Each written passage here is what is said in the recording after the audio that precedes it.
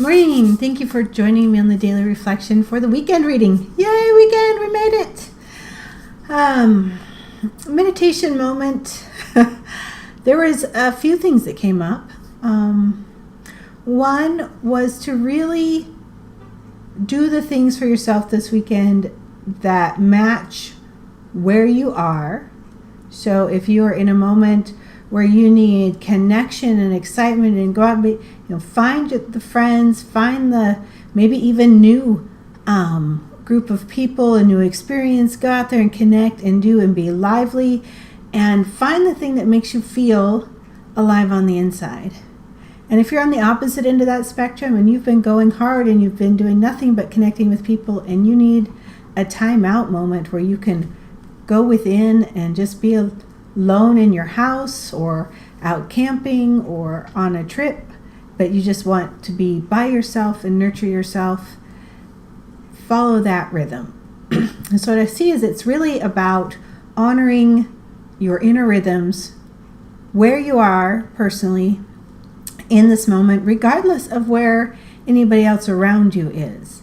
And that's really going to be important this weekend, is to, in that way, define your boundaries. And it's a gentle defining, because you're still going to interact with friends, family, whomever, to whatever extent. But to be aware of what you need and to give yourself that in each moment this weekend, and find the things that really make you feel alive and healthy and vibrant, even if it is taking a time out and being away. The opposite side of that, or the dichotomy to following that rhythm, is to be really aware of subtle energies that want to throw you off of it.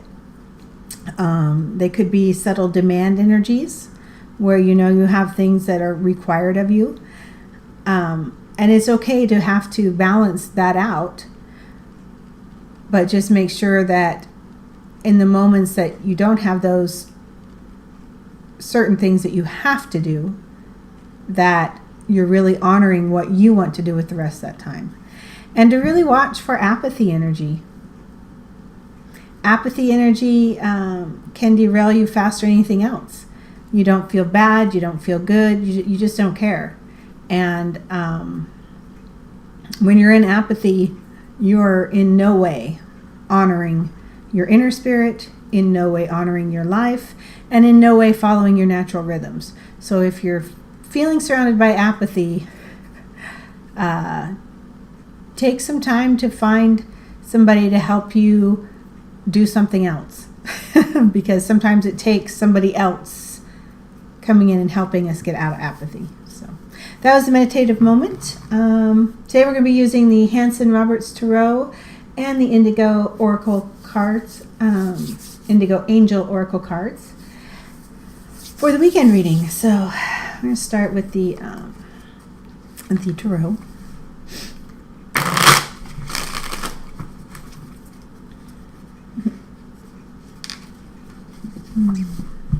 So what's the difference between tarot cards and oracle cards?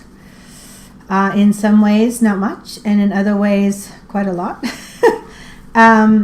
The tarot cards are designed to reflect daily life through the four minor arcana suits: the cups, the wands, the swords, and the pentacles. The cups representing emotions and how our connection to our heart affects our life.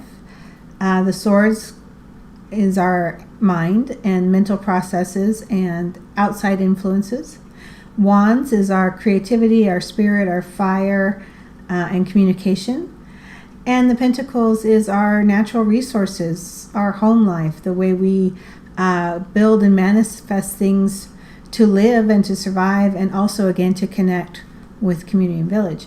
And the major arcana, those are kind of like the spiritual milestones, or the big underlying problems is not the right word, but challengers or energies. So that's how the tarot works. And the oracle cards typically just have a simple subject per card. or a simple statement. They tend to be focused. I would say they would be more like the major arcana cards, just a deck of only major arcana cards.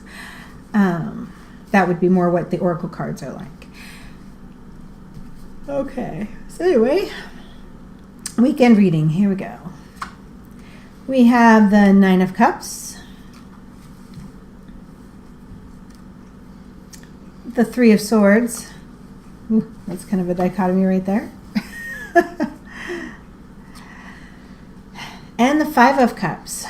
So if I'm looking at this as a pattern for the weekend,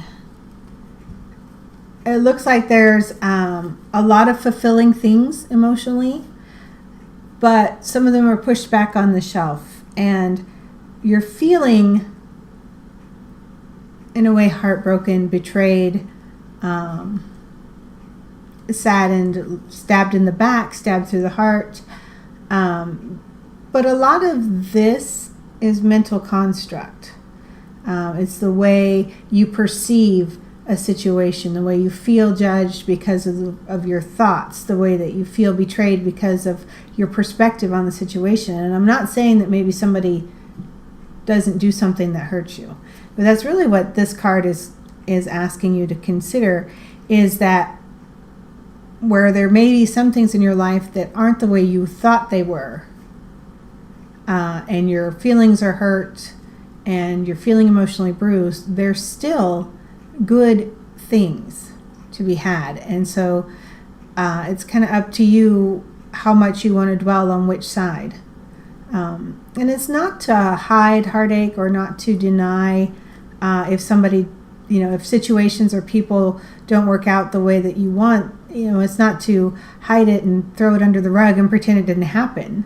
By all means, acknowledge it, know how you feel, bring it to light, but where you focus on, what you tend to, choose. Are you choosing to focus on the good things that are still standing and that are fulfilling to you, or are you choosing to focus on the things that are lost and destroyed? So a full spectrum there of emotional things happening this weekend. And again, to just really choose your focus on allowing pain to come forth, on allowing yourself to sit with the way you feel.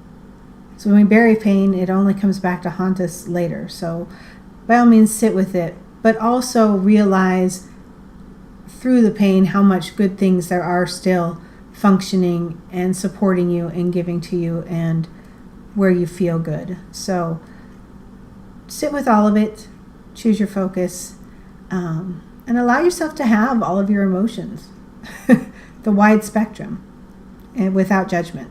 So, okay. And the indigo, I think there's just going to be one card out of this deck, but we will see.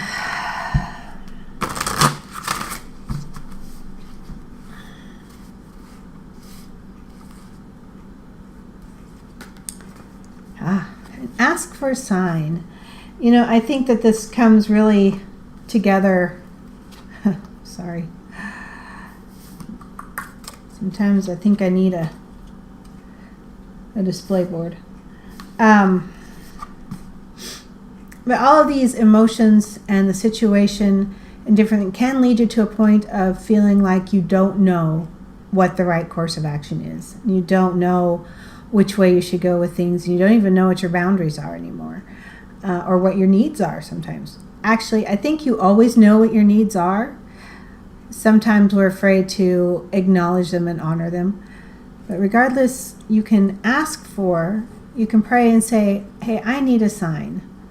And let me know the right way to go, because I will, hear a certain song, or I will, in a conversation, the word penny will come up, or whatever. You can make it anything that works for you. And you're not asking for an outcome. You're just asking for a sign that allows you to know what God and the universe is trying to bring to you. So then that's fair to do. That's a fair way to to play the game. So, and it's about faith that the sign will appear in the right thing for you. So, take time this weekend to be in your own rhythms, to give yourself what you need while still interacting and doing the things that need to be done. Acknowledge any wide range of emotions that come to you this weekend, the things that fulfill you, the things that hurt you, the things that make you feel disgusted, the things that make you feel happy, and allow yourself to really sit with them, see the underlying cause, and release them. And then choose a new focus, or choose where you want to focus from that point. And as always, communicate with the God of your heart, communicate with all that is, and you can ask for signs.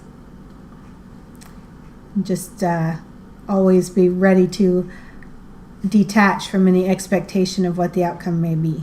So take care, be blessed, have a good weekend, and honor everything that comes up. It all has a place, and it all has gifts for you. Sometimes we don't see them in the moment. We see them in hindsight. But just be who you are and enjoy your weekend. Take care.